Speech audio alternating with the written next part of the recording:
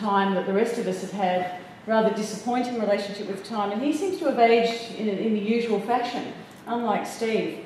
But I also discovered his other ploy. I think Dorian Gray style, he's got his portrait ageing up in the attic while he remains vital and forever young. When the Nobel Prize-winning discoverer of telomerase came to speak at Monash University, which was indeed a fabulous presentation, she discussed her various collaborations around telomerase activity and how one could promote longevity. And one of the things that she said was that the only thing that's really been shown to increase longevity and increase telomerase activity is severe calorie restriction. And I think this is actually Steve's secret because, ladies and gentlemen, in all the years that I have known Steve, I have never seen him actually eat anything apart from, and I use the word eat loosely.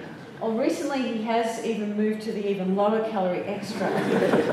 Of course, ladies and gentlemen, I'm exaggerating about Steve not eating. Obviously, I'm exaggerating. Back in 2008, I saw him eat a triangle sandwich. And, you know, just 2 weeks ago, as a sign of his impending enfeeblement, I saw him clutching 2 sandwiches. Admittedly, I did not see him ingest this.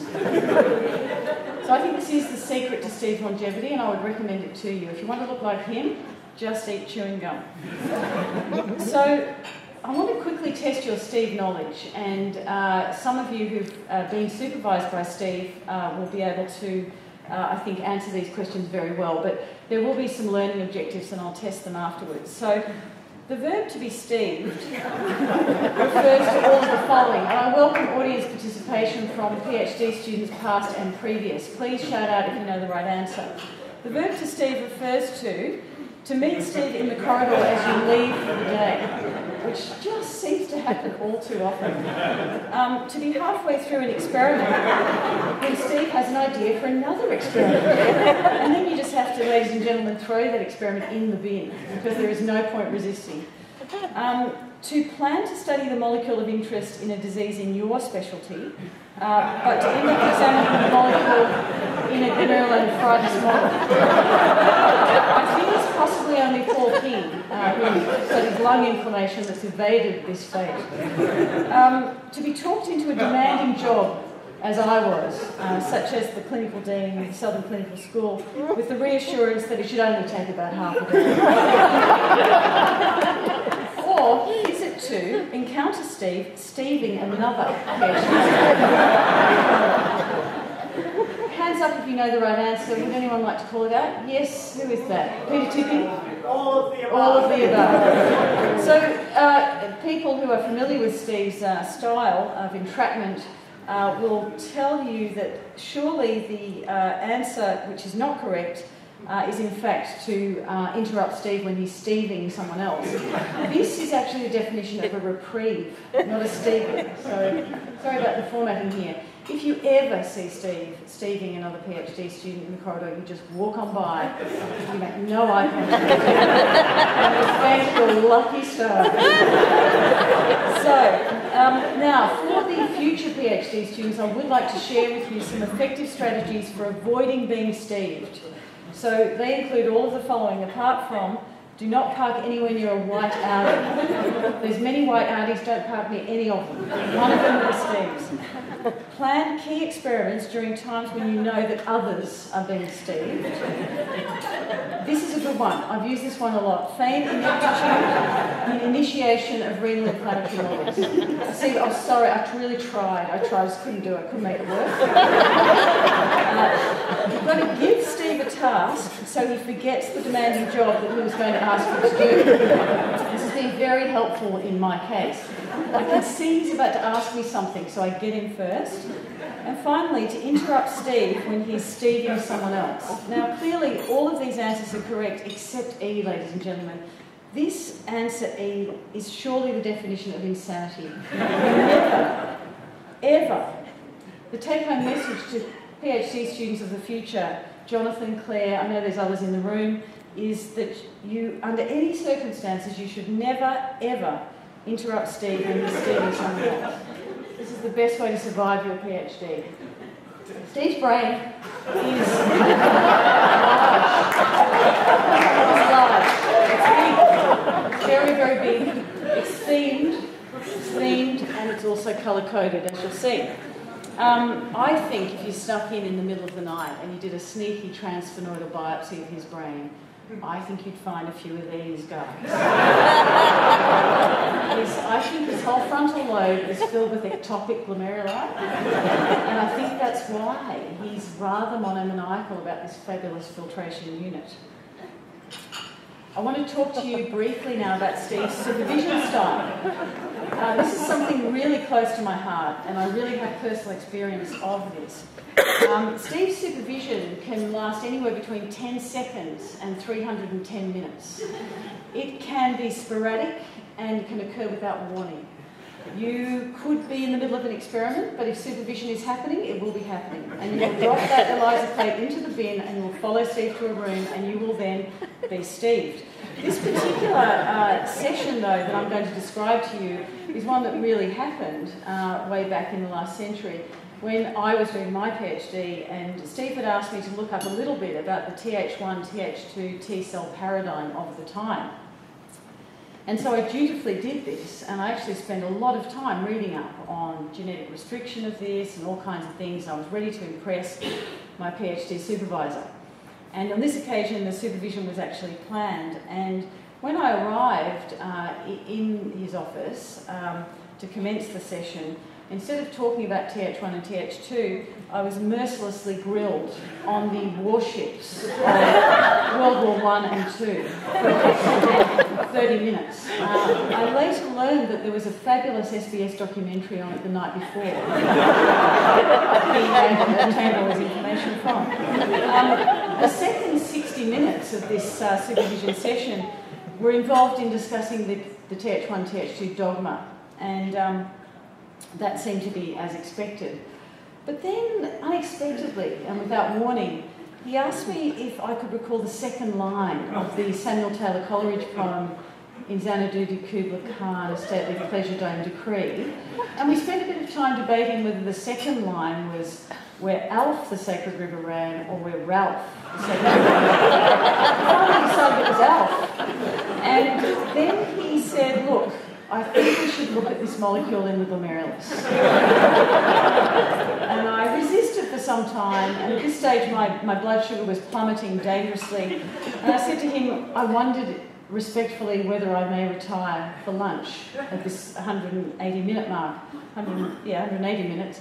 And he said to me, lunch is for wimps. Then he ate a piece of chewing gum.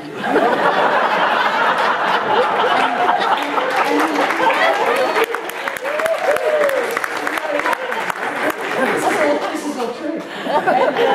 And then he ate a piece of chewing gum, he locked the door, and then he said, could I please discuss the relationship between glucocorticoid-induced molecules and the central themes in the Mayor of Casterfield? And that was my 180-minute session, but I'm fortunate. Poe has had 310-minute sessions. So this talk would not be complete without some mention of Steve's manuscript edits. When you give Steve a manuscript, he edits this with great fervour, and it comes back to you covered with microscopic handwriting.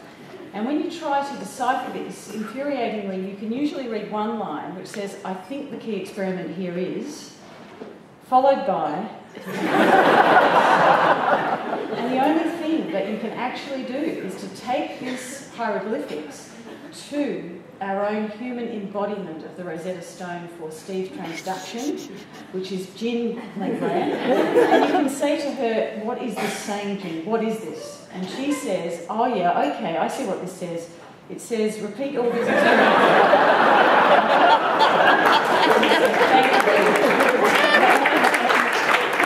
Thank you very much, Jim. So, Steve's charm is something that's come up a fair bit, and Steve is someone who literally, I think, has got away with murder. You know, really, I mean, he's just unbelievable the things he gets away with that ordinary humans would not get away with.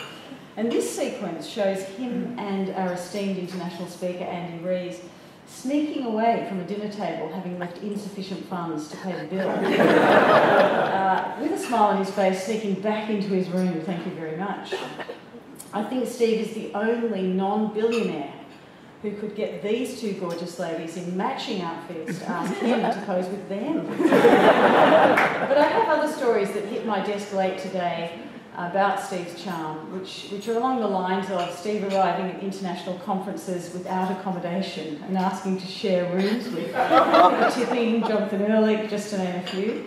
I think one of the most famous stories was of Steve with Peter Tipping about to depart for an international conference, and he said, look, it was 1 minute to go before boarding. He said, look, I've just got to make a quick phone call. And Peter overheard this, and he overheard Steve saying, look, thanks very much for covering my reward service. 1 minute before getting on the plane. And I think one of the absolute best, actually, is when Steve went to an international conference thinking he had a poster presentation, when in fact he had an oral presentation. So he had no slides and nothing prepared. If anyone in this room knows Steve, they know that he hasn't got a hope in hell of putting together a PowerPoint. So what he actually did on this occasion was to find the most senior postdoctoral scientist at the meeting, Professor Michael Hickey, to sequester him in a room, in fact to imprison him in that room, and to stand over him while Michael recreated Steve's slides out of thin air. And I think the fact that these two are still on speaking terms is a testament to Steve's charm. So yes, he's an extremely charming fellow, and he gets away with a great deal. I want to talk about the other thing which I think has kept Steve alive and so popular over the years, which is Steve's equanimity. In 20 years, I have never seen Steve lose his temper. He does have a soft red football on his desk, and occasionally I have seen him throw this object extremely hard at the wall. And he does this when he's mildly rankled. If somebody would, for example, say that B cells are more important than T cells. But then he turns back to you with a 100 megawatt smile and with perfect equilibrium and just carries on. But I've been studying this equanimity, and I think I've worked out the secret, which I will share with you tonight without Steve's permission. And that is that I think that Steve doesn't have to lose his temper because he has surrounded himself his entire life with people who can lose their temper for him. And I think this has started very early in life. And I was really pleased to receive these images from Steve's family, this beautiful image of his family at the station. And you can see Steve here in the background, this affable, shy, delightful character who surely wouldn't hurt a fly, couldn't possibly lose his temper. But ladies and gentlemen, I draw your attention to his older brother in the front row and this small handgun. He is actually pointing directly at the camera, fully cocked and loaded. I think Steve's learned very early in life to select people who are capable of violence. He can recognise incipient violence in people, and he surrounds himself with those people so that he never has to look like a bad guy. And I think he's perfected that beautifully. I congratulate you, Steve. So Steve has many faces, and he is, as his portrait today, he's holding in his hand a chimera. I think that's kind of his muse, and I don't think that's any accident. I think Steve is this incredibly multifaceted person. He can go from the blow-dried, self-assured professor in one moment to the simian, disinhibited, slightly frontal party starter here. I like Kevin Polkinghorne's face there in the front. I don't think Steve could see that. I think this guy here is the real Steve. This is the pensive Canon spotter, Steve. I think Steve, this is the real Steve, I think. He is there collecting Canon factoids. And he's actually thinking about which PhD student or acolyte that he's going to persecute tomorrow on their canon knowledge. I think this is the real Steve. So, this is a guy, I think, who really, in this image here, he's certainly a guy who knows how to work the camera. Alas, not always. I think this image here demonstrates that Steve, in his disinhibited moments, has very little respect for the personal space of the photographer, or indeed the focal length of a camera. But I think that, you know, Steve, we appreciate these many facets of you, and I think it's very important, Steve, that you understand that I could not have in any way prepared these barbs or insults without the time and generous assistance of your many esteemed colleagues, your family and your friends. And I would very much like to thank all of these people who donated their time to assist me tonight in this presentation. And I think there's one piece of advice that I have for you, Steve, and that is that if you ever see Sharon Ford with a camera and she has it in front of her face and she's about to press the button, I think, Steve, that there's one thing you should do, and that is run away. Because she's dangerous with the camera, and I would like to especially thank her for the most incriminating photos. So thank you very much. That's the end of my roast. But I now would like to get you all to be upstanding, and I would like to propose a toast to, so I'll get you to fill your glasses, a toast to Stephen Roger Holdsworth. To Steve. Cheers. Cheers, Steve. Now, Steve, I think you do have a right of reply.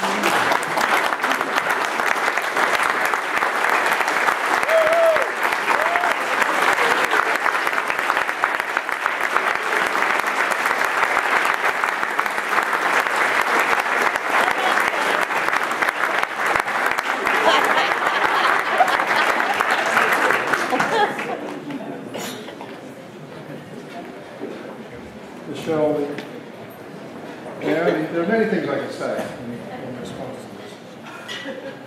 Conspiracy comes to mind. Certainly disappointment. Disappointment for a number of very important reasons. It was actually a half-hour tour, and it cost me a very expensive dinner. The other thing is you've completely